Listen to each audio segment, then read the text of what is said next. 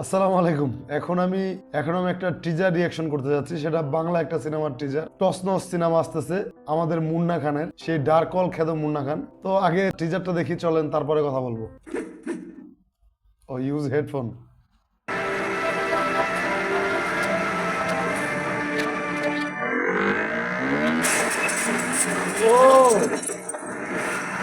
নাম আমার বাদশাহ। বাদশাহ কখনো আকাশের চাঁদ ধরে না, চাঁদকে আকাশ থেকে মাটিতে নামিয়ে আনে।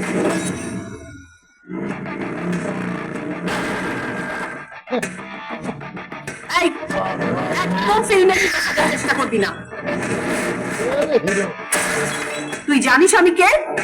বিবি চৌধুরীর মেয়ে। কারো কাছে ক্ষমা চাওয়ার বা সরি বলার অভ্যাস আমার নেই। তোকে বিয়ে করে আর ওই বিবি চৌধুরীর মেয়ের জামাই হয়ে তোদেরকে দেখাবো।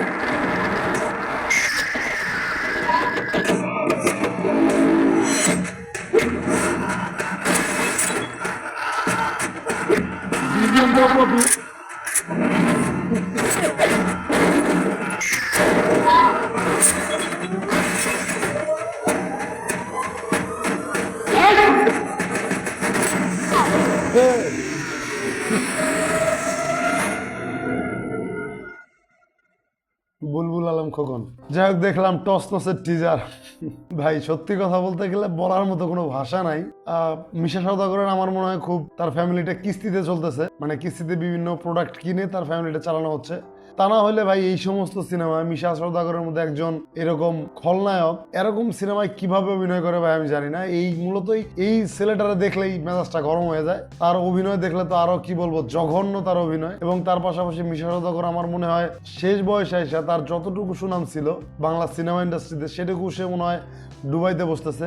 এই সমস্ত আজে বাজে সিনেমায় আজে বাজে নায়কের এটা কোনো গ্রেডেই পড়ে না। এ গ্রেড না, বি গ্রেড না, সি গ্রেড না, জেড গ্রেড, এটা কোনো গ্রেডেই পড়ে না এই ছেলের সিনেমা। তো এই সমস্ত সিনেমাতে অভিনয় করে তার সুনামটা কেন নষ্ট করতেছে সেটা তিনি জানে। আর এই টিজারের মধ্যেই মোটামুটি গল্প বলা শেষ, কি কি হবে সিনেমাতে। মানে হবে যে একটা মেয়েকে সে বিয়ে করবে এবং মেয়েটা বড়লোকের একটা মেয়ে হবে, তার দম্ভ থাকবে এরকম, সেটা ভেঙে দেওয়ার জন্য বিয়ে করবে। এই সেই মোটামুটি সেই আদিম 90s গল্প যেরকম হয় এরকম একটা গল্প হয়তো হবে। এবং এখানে যে ব্যাকগ্রাউন্ড মিউজিকটা দিছে রে ভাই, তামিল মুভি থেকে পুরাপুরি ব্যাকগ্রাউন্ড মিউজিকটা মেরে দিছে। এর চাইতে লজ্জাস্কর কি আছে সেটা আল্লাহ ভালো জানে। আর এই মুন্না খানের কোনো লজ্জা নাই, ডার্ক ওয়ার্ল্ড করছে ভাই, দেখে আমার থুতু দিতে মন চাইছে, এত বাজে লাগছে আমার কাছে।